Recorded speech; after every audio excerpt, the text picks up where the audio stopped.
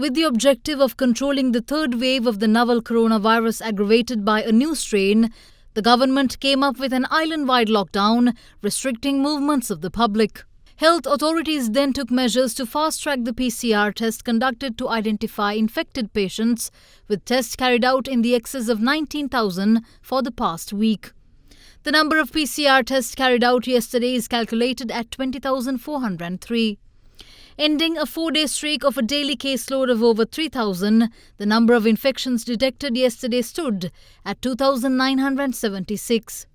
The highest number of patients were reported from the Gampaha district with 805. The number of COVID-related deaths confirmed yesterday was 46, increasing the island's death toll to 1,742. Among them are 13 patients who died at home, 2 who perished while being hospitalized.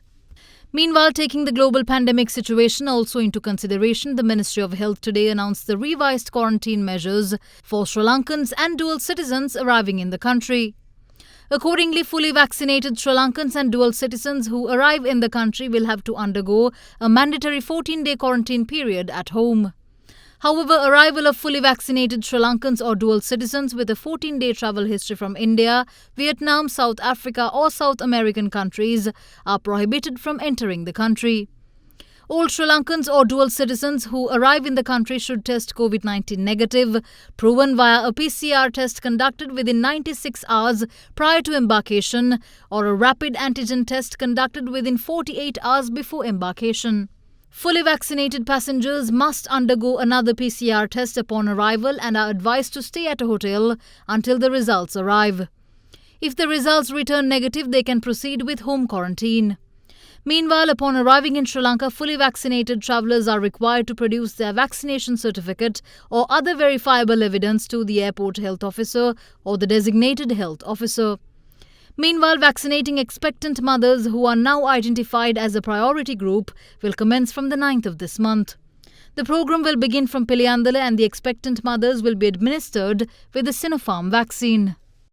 The consignment of Sinopharm vaccines which arrived in the country yesterday was transported to several parts of the island, ensuring that vaccination drive proceeds without any hindrance. The second dose of the Covishield vaccine was administered to 146 people yesterday, taking the total number of people who have received the second dose to date to 353,302. The first dose of the China-manufactured Sinopharm vaccine was given to 4,479 people yesterday. With that, 957,959 people have been administered with the Sinopharm jab.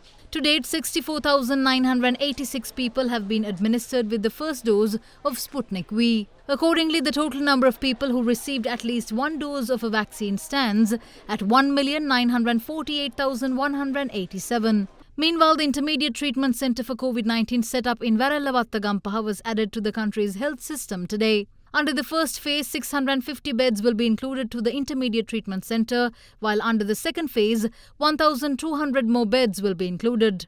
25 million rupees have been allocated by the Western Provincial Council in order to obtain the necessary equipment for this treatment centre.